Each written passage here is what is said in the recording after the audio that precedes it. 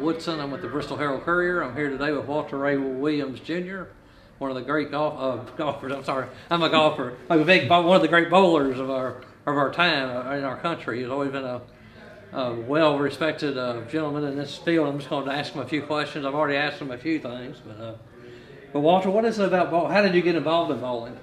Well, I actually originally played horseshoes first. Okay. Mm-hmm. And somebody in a horseshoe tournament introduced me to bowling when I was about 11. And I was junior world champion when I was 11. And that's where I got my nickname Deadeye, was from playing horseshoes. I kind of took to it, but I came from a large family, so I really didn't bowl a whole lot until I was about 17. I got back into it and bowled for about 3/4 of a year, and then took about 3/4 of a year off, and then started bowling again when I was 19, and I got really into it and started getting better. And halfway through, college, within a year, I was averaging well over 200, and started bowling a lot of local tournaments. I was living in Southern California at the time, and it was just kind of a progression. When I finally got out of school a few years later, I'd already joined the PBA, bowled in national tournaments. I actually cashed in national tournaments and bowling well in the regional program, and just went out on a tour in 1983. And fortunately, it's been very good for me. It sounds like it has. I was looking at some of your records last night, and 7 championships, PBA championships, and of course 3 and Player of the Year. In the horseshoes, you won 3 national championships. Is that right? Or I won 6 men's world championships, 3 junior world championships. I've been Player of the Year 7 times. Okay. I've got 47 national titles. Okay, there we go. Okay. I've been Bowler of the Decade twice, Okay. which nobody's ever done, and I would be surprised if anybody ever does it Okay. again, because Wow. that's pretty fortunate to be able to bowl that well for that long. What decades were those? The 90s and the 2000s. Oh, okay. Wow. Okay. Yeah, I was actually Player of the Year. 1986 was my first year. I was Player of the Year in 93, 96, 97, 98, 2003, and 2010. Wow. Okay. I was 50 years old when I was Player of the Year last That's time. not bad, is it? No, not bad at all. I was the oldest guy to be Player of the Year, and to be that competitive for a long time is definitely one of my points, I guess. Okay, yeah, definitely. Now, who did you grow up? I knew. I don't claim to be an expert at bowling. I bowl, but I'm not good. But I know Earl Anthony's always been a great one, and Earl Dick Weber, Anthony people like and that. Dick Weber. Watching Johnny Petraglia, Tommy Hudson, Mark Roth, Marshall Holman, and then I actually bowled against those guys. Earl was on his last year on tour when I came out on tour in '83. Mark and Marshall bowled for several years after that.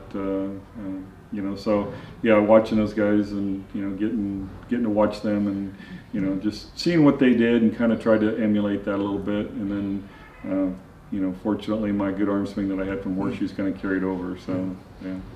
Now, I mentioned golf by accident earlier, but golf, it seems like it's a little bit like bowling. In golf, everything's about how the course is laid out, how the greens are laid out. In bowling, a little bit. I I was a decent golfer at one Yeah. time. I actually played a little bit on the celebrity golf tour. Oh, did you? Okay. I got down to 1 handicap at one Okay, time, good. so I was decent. But and golf to me, though, was a little bit more consistent. Bowling, because in bowling you can take a lane machine and instantly change it. With a golf course, you can't instantly change it. I mean, you can go out and cut the greens way faster, but to let them grow, it takes several days for them to grow a lot, Yeah. and let the rough grow and this kind of stuff, and to really make a huge difference, it takes, it would take a long time. Yeah. But with bowling, all you got to do is push a button, and it changes the lanes just like that, and you can't really see it, and you got to basically base off of what you throw and what other guys are doing, and it's a lot of guessing involved. Not that there isn't guessing in golf, because you're trying to make the best situation. You're trying to figure out the best thing, plan of attack and everything, and then it's a matter of execution. In bowling, there's a lot more luck involved in one shot. In golf, it's probably you hit a good shot, you're normally going to get a good result. Sometimes when they're playing the British Open, you get good shots down the middle and they end up in a bunker somewhere because they put a bunker in the middle of the fairway. Yes. That's kind of an unusual circumstance.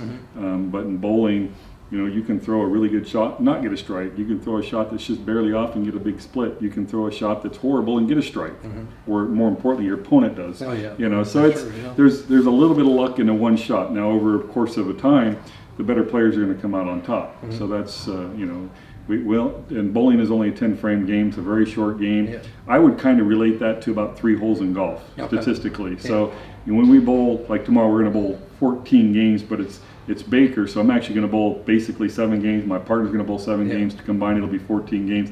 That's kind of like bowling that's kind of like playing golf about 18 holes, maybe 20 holes or something like that. So statistically, that's all that is. And that's one day, that's qualifying, and then the next day we're going to have the finals and stuff.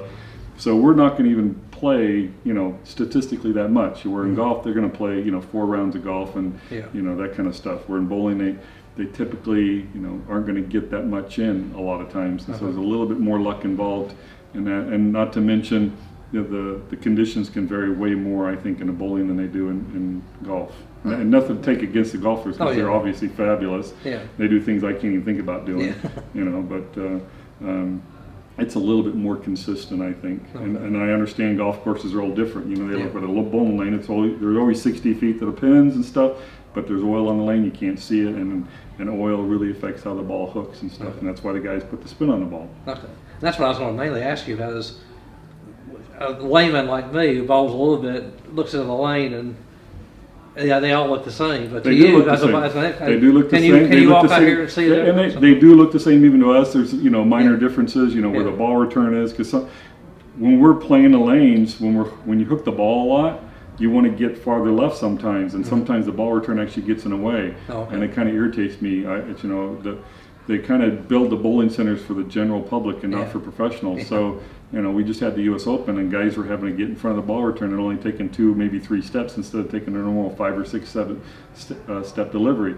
And so they had to alter it. It's kind of like basically putting a barrel in the middle of a tennis court. You got to play around it.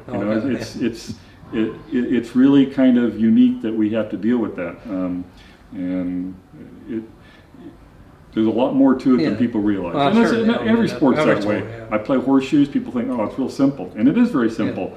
It's very difficult to learn the game of horseshoes. It's harder for a beginner to throw a ringer in horseshoes than it is for a beginner to throw a strike in bowling. But a top horseshoe player is going to throw more ringers than a guy who throws, the top professional is going to throw strikes. Yeah. So it's, there's differences. And again, horseshoes is kind of more like golf in that respect. The top players really, really dominate. And in bowling, a top player is going to bowl well, obviously, over the course of time, but there's times that he's not even in the hunt, just because things are happening. But in those other sports, those guys are going to be in the hunt a lot. Okay, definitely. So every bowling alley you go to that you compete at are pretty much 60 feet? They're all 60 feet, they're 42 inches wide, they got the gutters and everything, but the machine's a little bit different, the sideboard's a little bit different, but that you don't really notice, but it's the oil that really makes a big difference, and how they oil the lanes. And every time you throw a ball down the lane, it changes. So it only changes a little bit, but over time it's going to change a lot. So it's really something that you really got to pay attention to as a professional. You got to pay attention to how the lanes are changing throughout the day. It was a lot bigger difference last week at the U.S. Open, the way the lanes were. Guys were starting, they might start at the third arrow or whatever, playing the right side of the middle of the lane, and by the end they're sliding in the left lane, throwing it over the gutter cap to get the ball to the pocket, and people are, why are they doing that? Why don't they just throw it over here? Well, because over there is not really a good place to play. Over here is. Even though it doesn't look very normal, it's actually the better way to attack the lanes. Wow. And the oil, what type of oil is it? I'm just curious. They have different kinds of oil. Okay. There's lots of different kinds of oil. There's different machines and each machine does a little bit differently. There's a couple different companies that make the lane machines, and the machines themselves over, one generation from the next generation, they do a little bit different, and so you get a machine from 20 years ago would be totally different than a machine from today. And not to mention the different brands and stuff, and there's different oils, and not to mention how over there you can see a little graph up there. That's actually how that lane pattern is supposed to be. And you look at that and you're like, okay, this is kind of how I should play the lanes. But the reality is that isn't always how it's going to play. And everybody's a little bit different. Like I said, every time you throw a ball down the lanes are always changing. So you got to always take that into consideration. Wow, that's interesting. I never thought about bowling in that way, but it's very complex. And it's understandable. Every sport's that way. There's so much more to every sport. You think, just hit the tennis, just hit the ball, hit it back to the guy, hit it back to the guy. Well, the guy's hitting at 120 miles an hour, it's a little bit different, So. Okay, now I see where you've made your prize money well over $5 million over there. I think I'm getting close to officially, my official PBA earnings are close to $5 million, Wow. something like that. It's, so, obviously, I got endorsements and stuff. Yeah. I've earned a fair amount more than that, but I've also got Uncle Sam and yeah, you know, an ex-wife that likes to spend money, and you know, so I've done very well. I've got no complaints about that. This is my 37th year I've bowled on tour. Might be my last full-time year on tour. This year's been very tough for me. You know, bowling on tour. These young guys are very good. Yeah. I'm 60 years old. Yeah. I'm not as good as I used to be. You know, when I bowl against the older guys, I'm not too bad. This year, I was actually the senior player of the year, which is over 50 group. Okay. So I wasn't bad, you know, at 60 years of age. But bowling with the young guys, it's a little bit challenging. Those guys are very good. I give them all the credit they deserve. And one good thing about bowling is you can play it, you know, as long as you. I mean, you're I realized 60 that, years old. I realized that a long time ago. Yeah. Playing horseshoes and bowling, Yeah. those are sports you can do your whole life. Even if you're not necessarily professional at it, it's something you can do till you're 80, 90 years old. Yeah. And you know, most people, they play football, they stop playing after they get out of high school. Yeah, you know, they sure. watch. I'm not much of a spectator. I like to participate. Okay, good. What's been the highlight? I mean, you've won a lot of, you know, your championships. Is there one particular bowling feat you That's remember? really hard to say. I would say probably the one that probably means the most is my very first title. Okay. Just because until you actually win that very first title, you never know. Yeah. You know, and then but I won the U.S. Open a couple times and the National a couple times, and you know, other events. So it's winning the big events. Obviously, is really big. But until you win that first national tournament, that's probably the real highlight. Okay. You know, and it's like, okay, I did that once, and hopefully I can do it again, and then hopefully I can do it again. And fortunately, I've done it a lot. But I've also had a lot of non-wins. Yeah, I'm sure I've got 47 wins, and I've got like 1,000 non-wins. Oh, really? So it's, you know, a lot of good competition out there, but you know, over the long run, I've done pretty well. I got no complaints. Yeah, you've done real well. And I wanted to see, had a couple more things I wanted to, there's a lot here. How many perfect games do you have, do you know? I don't know exactly. I think in the PBA, I think I've got like 106 or 108. Okay. So a lot of guys, there's players who bowl league and stuff who have way more than I do, but they're bowling on basically a lot easier lane conditions. We bowl on a lot tougher lane conditions, so if they're tougher, it's a lot tougher to bowl 300s. Okay. And I think I'm number 2 in that category. I think Parker Bones has a couple more than I do. He's one of the top bowlers on the PBA tour also, and he's about 56, 57 years old. You travel pretty much all over the country doing this? All over the country. I've been to Asia a bunch. I've been to Japan like 26 times, and been to Europe a couple of times. But mainly, my competition is mainly United States. Okay. And you said this might be your last year, maybe be your last year Well, professionally. I'm going to bowl some, the tour this next year, going to start up in January, and I'll probably bowl the first couple events and see how I do. Okay. I've been working on some things, and you know, maybe if those things pick up a little better, maybe I can be a little more competitive, but the reality is I'm 60 years old. Yeah. I don't expect to be competing. I didn't expect to be competing at this age, you know, 40 years ago, you know, 30 years ago. I thought I would probably retire when I was 40. I was player of the year when I was 50. So the last 9 years have been a little bit lean as far as bowling on the national tour. But I do have some good sponsors. So without these guys, I wouldn't be bowling on the tour. And, you know, I do a lot of clinics and stuff now to kind of supplement my income. So but I prefer the competition, but I realize that, hey, it's not, you know, sometimes you got to, you know, step down from something that's just not as good as it could be. Are you a righty or lefty? I meant to ask. I'm a right-hander. Right-hander. Yeah.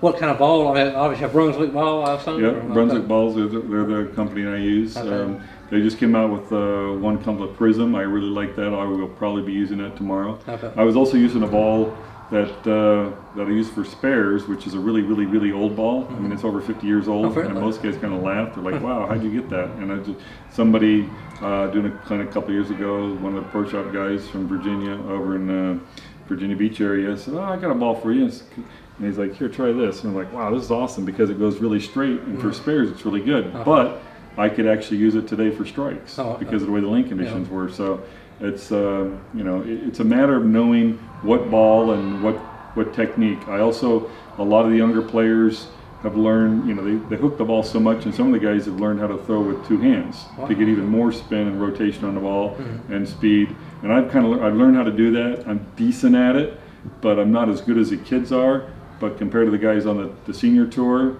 it does okay. I was fooling around with that today. I don't think I'll be bowling two-handed this weekend just because of the way the lanes are. But it's definitely an option that I use, and it's something that I've been kind of working on. If I can get that a lot better, not a little better, a lot better, maybe it would be sufficient to be competitive more on the regular tour. The problem is I really don't put the time into it that I need to. These young guys, they've been doing that for a long time, and I've been doing it for a couple of years. But I really don't practice every day for like 2-3 hours doing it. So it's, if I did, I might not be able to walk either. Yeah, that's true. That's right. How many pounds is your ball? Do you have? I use 15 pounds. Most of the limit's 16. Most of I would say more than 60% of the guys on the tour use 15 pounds. Years and years and years ago, it used to be prevalent. Everybody used 16 pounds. But the guys today hook the ball so much that they really don't need that extra weight to get the ball to drive through the pins. Back 50 years ago, they needed that extra weight to get the ball to drive through the pins, and now they really don't need it. There are a few guys that use 16 pounds, and I really don't think you need it, but they kind of think they do, and if you think you do, you really do need it. But honestly, I've been very successful the last 20 years, and I don't hook the ball near as much as all these guys on tour do. I've been using 15 pounds for the last 20 years. So. I noticed out here the parking lot's packed, this place is packed. Bowling, and people don't realize how popular bowling is. I mean, bowling's a very popular sport. I mean, this is a little bit special thing, the Pro-Am here. They got 3 squads today. The first one is all sold out. They've got 2 more this afternoon, and hopefully, they'll get close to sold out, if not sold out. But our tournament tomorrow is starting. We're going to have a full set of 36 teams tomorrow. So it's going to be nice that hopefully we can, It's nice to see this competition and lots of good, people that are involved in it and people enthusiastic about it. I know that they've got a big junior tournament down in the Charlotte area this weekend. I got some friends that are down there. A lot of kids I know are going to that tournament. And that's really where bowling's doing very well with the youth programs, the collegiate programs and stuff, the high school programs. I help down in Florida when I'm there with the local high school team there. So. Yeah, I've noticed that there's now national champions in bowling in college athletics now. So So it's really, it's like you said, it's really growing. Do you have any children that play? I have a daughter. She's 12 years old. Does she bowl? She does bowl a little bit. So hopefully next year she'll be might want to be bowling on the high school team. She's not quite old enough, but she's in a program. She's in a school that she could be part of the high school team. So Well, good. And you married or? I'm married. I got a second time. I got a lady that I knew years and years and years, even before I met my first wife. I knew her. She's a bowler from California, and I met her several years ago, and we got reacquainted, and we got married a couple of years ago. And she's actually here in town this weekend. She's actually working at the hotel right now, but she's a very good bowler in her own right. Doesn't bowl as much as she used to, but great lady and a good compliment to me, and very, very good supporter. And where do you call home? Where's your residence? We live down in Oxford, Florida, which is near the Villages, which is probably one of the largest retirement communities in the world. And it's kind of in the middle of the state down there. And we're both from California, and we'll probably stay in Florida till my daughter gets in college or whatever, and we might move back to California. I don't know. We'll see what happens. But I don't mind the heat. I like the heat. I grew up where it was cool in Eureka, California, where in August the average high temperature is 65. Right on the coast. Yeah, that's a little on the cool side. It didn't get really cold there. It snowed there like once every 5 or 10 years. So it was very mild temperature, but it was cool. It was on the cool side. But ended up moving inland where it was warm. It's 95, 100 degrees in the summertime. I'm like, I like that. But 95 in California is way different than 95 out here. Sure, 95 here, you're getting humidity to go with it, and it's like not as pleasant. And that's what you have down in Florida. I don't mind it. I'd rather be in that than what you have out here today. This is freezing. I don't like this. This is way too cold. It is pretty cold. That's why this is way too cold. Big football game tonight. I got to wear. Yeah, I got my big jacket here. I bet you do. And I think I probably have some other stuff I'm forgetting to ask, but I guess you still throw horseshoes too. I mean, I do play horseshoes still. I didn't play in the World Championships this year. for a long time, I never thought I would miss the World Tournament, but unfortunately my game isn't what it used to be. And part of it's age, but that's only a small part of it. I developed some bad habits and I just haven't been able to shake those off. And during the World Championships, it's during the summertime, which is also when the PBA Senior Tour is going on. So I had the option of going to a senior tournament or going to the horseshoe tournament. I'm like, well, my horseshoe game is really not that great. If I went, I'd probably get really upset. I said I can make money at the bowling tournament, almost guaranteed. And I thought, you know what? If there was no horseshoe tournament or no bowling tournament, I would go to the horseshoe tournament without a doubt. I love to play, love the competition, but I do get very frustrated at it. And the difference is in bowling, I can make some money at it. So it doesn't, I've missed. In the last 10 years, I probably missed the World Horseshoe Tournament about 6 times. And a lot of it has to do with because if I was a lot more competitive at it, if my average was what it was 20 years ago, I would go to the horseshoe tournament because I used to miss the bowling tournaments in the summertime to go to the horseshoe tournament. But I just don't feel like I'm really that super competitive to be doing that. And it's like, you know what, I think I'd better off missing the horseshoe tournament, go to the bowling tournament. And this next year, the schedule actually looks like I can do both. So like the horseshoe tournament's going to be off during when the senior tour is not on. So I might be able to play in the World Horseshoe Tournament. I just got to get my game so that it's a little bit better than it is because it's a little bit frustrating. The other day I was practicing and I think I swore more than I've sworn in the last year. and it's just. I get so frustrated because I used to be really, really, really, really, really good, and now I'm just like really good. And people say, "Well, you're still really good." I'm like, "Well, yeah, but I used to be way better than that. I mean, my bad days used to be way better than my good days are now." And it's a little frustrating for me. And so it is what it is. I've actually kind of learned to kind of get used to it, but I still get frustrated when my arm doesn't cooperate with what I'm trying to do. I'm sure. And Tim mentioned when he first mentioned you were coming, he called you the GOAT, which is greatest of all time. How's that make you feel when you hear that kind of It's nice to hear. I understand why people say it, and I appreciate it. Personally, I think Earl Anthony is my GOAT because his career was only 14 years. This is my 37th year. I had 25 really good years on tour to get 7 Players of the Year. He did 6 years out of 14, and I did 7 out of 25. So I had a great year, and I was Bull of the Decade twice. He retired when he was 45, and he was Player of the Year that year. He probably could have bowled for a couple more years. He chose not to. He had the most titles at that time. If somebody had more titles, I would imagine he probably would have continued playing. And I appreciate that, and I think that's awesome. I hear other people mentioned as GOATs, and I'm like, well, that player wasn't even Player of the Year, so why is he mentioned? That's right. So. Jason Belmonte's been thrown up there because he's been so dominant. He's probably going to be Player of the Year this year. That'll be 5 out of the 6 years, five times, and he's only 36 years old. That's very impressive. And the duration. So it's kind of like what Earl Anthony did duration-wise. And to be that dominant, what he's done in the last 4 or 5 years is very impressive. I had some really good years.